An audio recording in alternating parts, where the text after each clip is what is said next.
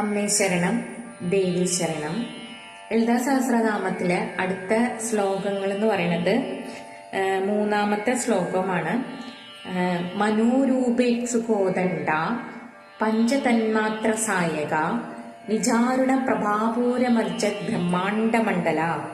മനോരൂപേക്ഷു കോദണ്ഡ, മനസ്സാകുന്ന കരിമ്പിൻ പൂ, കോദണ്ഡം, കരിമ്പ് കയ്യിൽ ധരിച്ചവള്. മനോരൂപേക്ഷു കോദണ്ഡം, നമ്മുടെ മനസ്സ് നമ്മുടെ കൈകളിൽ, നമ്മുടെ മനസ്സ് എങ്ങനെ ഇരിക്കണം? കരിമ്പും പൂ പോലെ ഇരിക്കണം, അല്ലെ? മധുരമുള്ളതായിരിക്കണം. അപ്പൊ മനോരൂപേക്ഷു കോദണ്ഡ, അത് കയ്യില് ഒരു ആയുധമായിട്ട് കയ്യിൽ കരുതിയവള്. പഞ്ചതന്മാത്ര സായക, നമ്മുടെ മനസ്സിലെ പഞ്ച തന്മാത്രകളെയും നമ്മുടെ ശരീരത്തിലെ പഞ്ചതന്മാത്രകളിലും വസിക്കുന്ന ദേവി.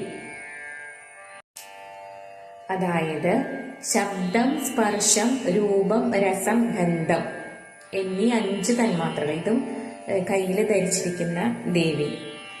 നിജാരുണ പ്രഭാപൂര മജ്ജത് ബ്രഹ്മാണ്ഡമണ്ഡല.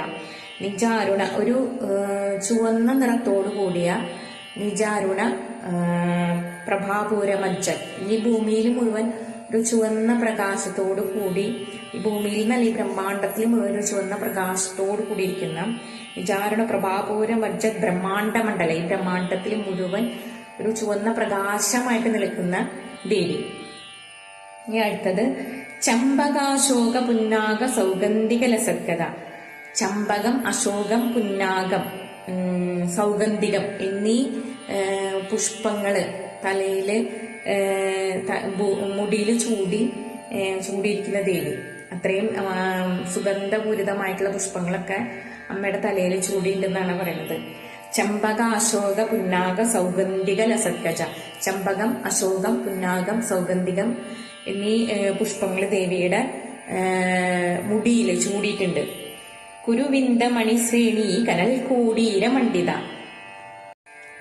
അതായത് ചുവന്ന കുരുവിന്ദ മണികൾ പതിപ്പിച്ച കിരീടത്തോടു കൂടിയവള്. കുരുവിന്ദ മണിശ്രേണി, മണികൾ നിറച്ചിട്ടുള്ള ചുവന്ന കുരുവിന്ദ മണികൾ വെച്ചിട്ടുള്ള ശ്രേണിയോട് കൂടിയിട്ടുള്ള രത്നങ്ങൾ, അങ്ങനത്തെ രത്നങ്ങളൊക്കെ ഇതാക്കിയിട്ടുള്ള മകുടം ധരിച്ചിട്ടുള്ള ദേവി. അഷ്ടമി ചന്ദ്രവിഭ്രാതളികസ്ഥല ശോഭിത. അടുത്ത ശ്ലോകം എന്ന് വെച്ചാൽ അഷ്ടമി ചന്ദ്രവിഭ്രാതളികസ്ഥല ശോഭിത മുഖചന്ദ്ര കളങ്കാപ മൃഗനാഭിവിശേഷക. അഷ്ടമി ദിവസത്തിലെ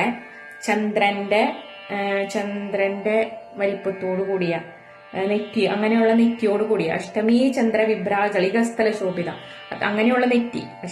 അഷ്ടമി ദിവസം ചന്ദ്രന്റെ രൂപം എങ്ങനെയാണ്?